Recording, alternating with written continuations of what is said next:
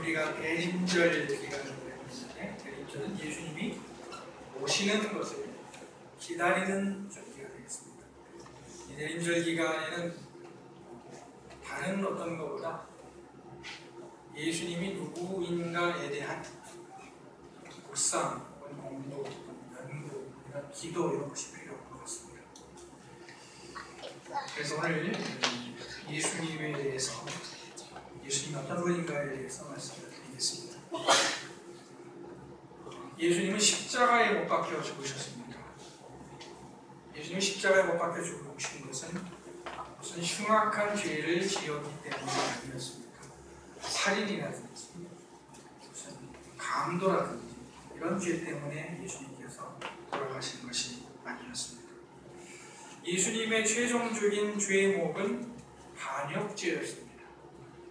예수님 돌아가실 때 예수님의 머리 위에 죄패가 있었죠. 예수님의 죄의 목을 그 죄의 목을 지은 기록한 죄패가 있었습니다. 여기에는 유대인의 왕이라고 써 있었습니다. 예수님께서 자기를 유대인의 왕이라고 주장해서 반역을 일으켰다. 반역은 큰 죄죠. 그래서 반역을 일으켰으니까 죽어야 한다라고 해서 예수님을 죽였습니다. 반역죄는 명목상의 죄였고 진짜 제목은 신성모독죄였습니다. 예수님을 시기하고 미워해서 예수님을 잡아들인 사람들은 제사장들과 장로들이었습니다. 즉 유대인의 지도자들이었습니다. 그들은 아마도 자기들이 하나님을 잘 섬기고 있다고 자부했을 것입니다. 그래서 그들은 자기를 하나님의 아들이라고 주장하는 예수님을 신성모독죄로 고발해서 빌라도에게 죽이도록 요구하는 것입니다. 물론 성경은 그들이 예수님을 시기해서 십자가에 못 박았다라고 말씀하고 있습니다. 어쨌거나 그들은 신성모독죄로 예수님을 죽였습니다. 그러니까 예수님을 하나님의 이름으로 죽인 것이죠. 예수님을 죽인 사람들은 결국 예수님께서 그리스도이심을 부인한 것입니다. 그렇다면 왜 그들은 예수님을 부인했겠습니까? 아마도 예수님은 그들이 기다리던 그리스도의 모습이 아니었기 때문일 것입니다. 그렇다면 예수님은 어떤 모습으로 이 세상에 오시고 활동하셨습니까? 오늘 읽은 말씀은 장차 오실 예수님의 모습을 예언한 말씀입니다. 흔히 이사야 53장 말씀하면은 고난주간에나 인용되는 말씀으로 생각하기 쉽지만 이사야 53장은 예수님의 고난뿐 아니라 예수님의 삶 전체를 요약하고 있는 말씀입니다. 우선 오늘 읽은 말씀은 예수님께서 연약하고 흠모할 만한 아름다운 것을 가지지 않을 것이다 라고 예언하고 있습니다. 그래서 이런 말씀을 가지고 예수님의 외모를 추측하는 사람들도 있습니다. 우리가 흔히 보면은 예수님의 모습 어떻습니까? 잘생긴 미남이죠. 그것도 똑똑하고 금발 보이게 너무너무 멋있게 생긴 예수님인데, 그러나 이런 말씀을 근거로 해서, 오늘 말씀과 같은 말씀을 근거로 해서 어떤 사람들은 예수님이 이럴 것이다 해서 그림을 제시했는데 얼굴은 두물럭적하고요. 그 다음에 피부는 까무잡잡하고 머리는 또 거슬거슬합니다. 그런 모습이 유대인의 평균적인 모습이기 때문에 예수님도 그랬을 것이다 라고 그림을 그린 것을 보았습니다. 물론 이사야 53장 말씀이 예수님의 얼굴 모습을 구체적으로 예언했다고 볼 수 있지만 그것보다는 예수님께서 사람들의 기대와 사뭇 다르다는 사실을 강조했다고 볼 수 있을 것입니다. 그렇다면 복음서에 따르면 예수님께서 어떤 면에서 사람들의 기대와 다릅니까? 우선 예수님께서 갈릴리 나사렛에서 자라나셨다는 것이 사람들의 기대와 다릅니다. 요즘에 미국의 트럼프 대통령이 예루살렘을 이스라엘의 수도라고 우리가 공식적으로 인정하고 앞으로 대사관도 글로 옮기겠다라고 얘기를 해서 큰 뉴스거리가 되었습니다. 그래서 우리들은 다 의아하게 생각하겠죠. 아니, 예루살렘이 이스라엘의 수도 아닌가? 라고 생각을 했습니다. 저도 이상해서 네이버에다가 검색을 해봤어요. 이스라엘을 치면 국가 소개가 나오거든요. 거기에 수도 예루살렘이라고 소개하고 있었습니다. 물론 이스라엘은 예루살렘을 자기의 수도라고 생각하고 있습니다. 미국은 예루살렘은 이스라엘의 수도이기 때문에 수도라고 한 것이고, 그렇게 정하는 것이 궁극적으로 평화에도 도움이 된다라고 주장을 하고 있습니다. 그러나 실상은 크게 두 개의 나라가, 두 개의 세력이 예루살렘을 분할해서 통치하고 있습니다. 그래서 근본에 트럼프 대통령의 선언은 이스라엘 편을 들어준 게 되었고, 결과적으로 분쟁을 일으킬 수 있게 된 것입니다. 이미 분쟁이 일어났죠. 그리고 사람이 죽었습니다. 유튜브를 보니까 어떤 사람은 트럼프 대통령이 중동 지역에 분쟁을 일부러 일으켜서 무기 장사를 하려고 한다, 이렇게 분석하는 사람도 있습니다. 또 어떤 사람은 세계 제3차 대전의 전조다라고 해석하면서 그것은 바로 성경의 예언이 이루어지는 것이다 라고 해석하는 사람도 있습니다. 어쨌거나 예루살렘이 그만큼 중요하다 하는 것이죠. 지금 예루살렘이 중요한 것은 예루살렘이 역사적으로 오랫동안 중요했기 때문입니다. 예수님 당시에도 예루살렘이 중요했습니다. 아울러 예루살렘이 있는 유대가 중요했습니다. 그에 비해서 북쪽에 있는 갈릴리는 중요한 의미가 없었습니다. 갈릴리는 말하자면 이방 땅이나 마찬가지의 취급을 당했죠. 나사렛은 더욱 그랬습니다. 그런데 예수님은 갈릴리 나사렛에서 자라셨고 나사렛 사람으로 불렸습니다. 전에 우리나라 사람들이 흔히 요즘에 그런 얘기 별로 안 하는 것 같은데, 말은 나면 제주도로 보내고 사람은 나면 서울로 보내라, 그런 얘기를 많이 했습니다. 일본어처럼. 아마 제주도를 상당히 낮추어서 하는 말이었던 것 같습니다. 유대인들에게 갈릴리는 제주도 같은 곳이었습니다. 사람이 갈 곳이 아니었습니다. 더군다나 나사렛은 갈릴리 지역에서도 작은 마을로서 사람들이 어디 있는지도 잘 모르는 그런 곳이었습니다. 우리 그리스도인들은 나사렛 예수 이름으로 막 기도도 하고 명령도 하죠. 하지만 나사렛은 사실 이름 없는 동네였습니다. 예수님께서는 물론 베들레헴, 유대 베들레헴에서 태어나셨지만 갈릴리 나사렛에서 자라셨기 때문에 무시를 당하셨습니다.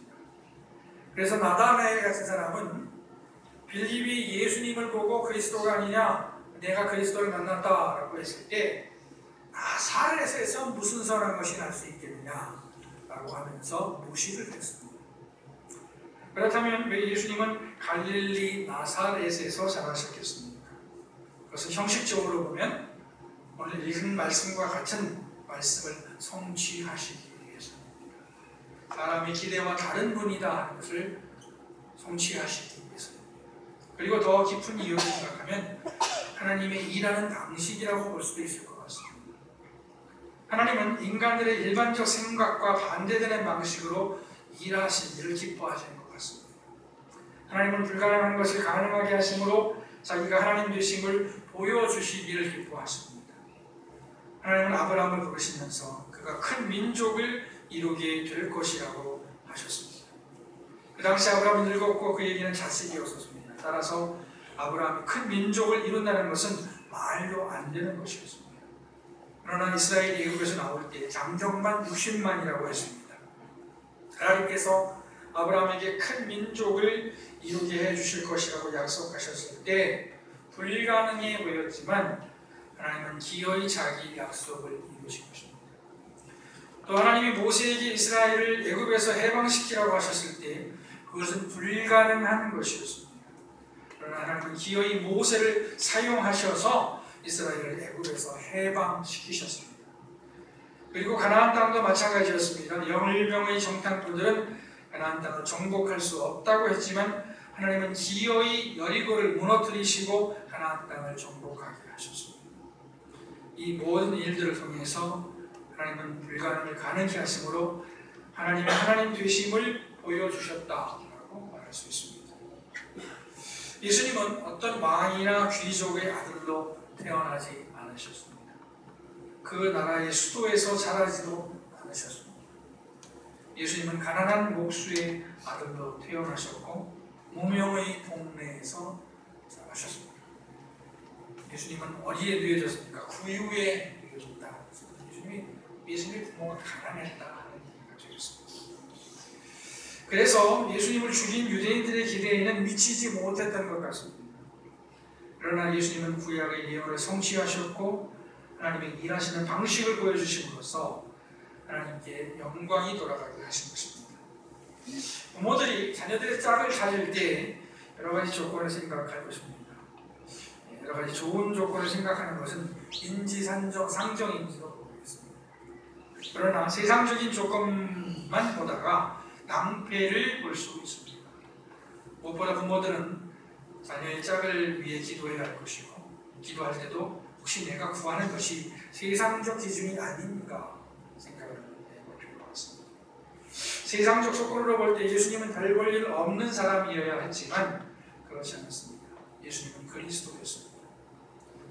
자식들 배우자 찾는 문제하고 예수님하고 연결시키니까 멀리 나갔다 그렇게 생각하실지 모르지만은 사람을 볼 때 외모로만 보지 말라 하는 말씀입니다. 예수님은 갈릴리 나사렛 사람으로 일반적으로 볼 때 별 볼 일 없는 사람이었습니다. 그렇다면 예수님은 왜 별 볼 일 없는 사람으로 오셨습니까? 그것은 예수님께서 별 볼 일 없는 사람들의 친구가 되기 위해서였습니다. 예수님의 별명은 우리가 잘 아는 대로 세리와 죄인의 친구였습니다. 예수님의 별명이 세리와 죄인의 친구였다고 해서 예수님이 그들과 함께 죄를 지으신 것은 아닙니다. 다만 예수님은 둘째 아들을 기다린 아버지의 마음으로 그들을 포기하지 않으시고 끝까지 사랑하신 것입니다. 바리새인들이나 율법사들은 사람을 볼 때 율법의 잣대로 봤습니다. 그 사람이 율법의 어떤 조문을 어기는지 살폈습니다. 바리새인들은 예수님도 같은 눈으로 봤습니다. 그리고 예수님이나 예수님의 제자들이 율법을 어기는 것 같으면 공격했습니다. 주로 안식일 문제로 공격을 했지요. 왜 당신의 제자들은 안식일에 이삭을 비벼 먹느냐고 일난했습니다. 왜 당신은 안식일에 병자를 고치느냐고 비난했습니다. 바리새인들과 율법사들은 맹목적으로 율법적이었습니다. 그러나 예수님은 율법의 정신을 말씀을 하셨습니다. 안식이 사람을 위해서 있는 것이 아니라 사람이 안식일을 위해서 있는 것이다 라고 말씀하셨습니다. 사실 이 말씀은 매우 위험한 말씀입니다. 자칫 잘못하면 예수님께서 안식일을 무시하는 것처럼 보일 수 있기 때문입니다. 그리고 지금도 우리가 예수님 흉내내다가 잘못될 수가 있습니다. 그러나 예수님은 안식일의 의미를 밝히신 것입니다. 어떻게 보면 예수님은 인간적이었다라고 볼 수 있습니다. 예수님은 율법사들이나 바리새인들에 비해서 훨씬 인간적이셨고 훨씬 상식적이셨어요. 예수님은 십자가에 못 박혀 죽으심으로 사람들의 기대와는 일반적 기대와는 완전히 다른 삶을 사셨습니다. 수많은 사람들이 예수님을 따랐습니다. 왜냐하면 예수님께서 병을 고치셨기 때문입니다. 그리고 좋은 말씀을 들었기 때문입니다. 게다가 예수님께서 떡까지 주셨기 때문입니다. 그러나 예수님께서 십자가에 죽으실 때 모든 사람들은 예수님을 떠났습니다. 수많은 군중들은 이미 예수님을 배반했고 제자들마저도 예수님께서 붙잡히실 때 떠나갔습니다. 베드로가 제사장의 집들까지 들어가서 예수님을 멀리서 바라봤지만 3번이나 예수님을 모른다고 부인했습니다. 그러나 성경은 예수님께서 십자가에 죽으심으로 우리가 구원을 받게 되었다고 선언합니다. 오늘 말씀이 그 말씀을 하고 있습니다. 그는 멸시를 받아 사람들에게 버림받았으며 반고를 많이 겪었으며 질고를 하는지라. 마치 사람들이 그에게서 얼굴을 가리는 것 같이 멸시를 당하였고 우리도 그를 귀히 여기지 아니하였다. 그는 실로 우리의 질고를 지고 우리의 슬픔을 당하였거늘 우리는 생각하기를 그는 증거를 받아서 하나님께 맞으며 고난을 당한다면 그가 찔림은 우리 허물 때문이요 그가 상함은 우리의 죄악 때문이라. 그가 징계를 받음으로 우리는 평화를 누리고 그가 채찍에 맞음으로 우리는 나음을 받았다. 지금 우리는 대림절 기간을 보내고 있습니다. 대림절도 그렇고요. 교회의 모든 절기는 예수님을 생각하는 절기입니다. 예수님을 기념하는 절기입니다. 오늘은 낮은 곳에 오셔서 낮은 사람들을 찾으신 예수님에 대해서 말씀드리고 또 십자가 죽으심으로 우리를 구원하신 예수님에 대해서 말씀드리겠습니다. 대림절 기간 여러 가지 바쁘시겠습니다만 조금이라도 의식적으로 예수님을 묵상하면서 우리 예수님께서 이 마음과 삶 가운데 임하시기를 기도해야 하겠습니다. 기도하겠습니다.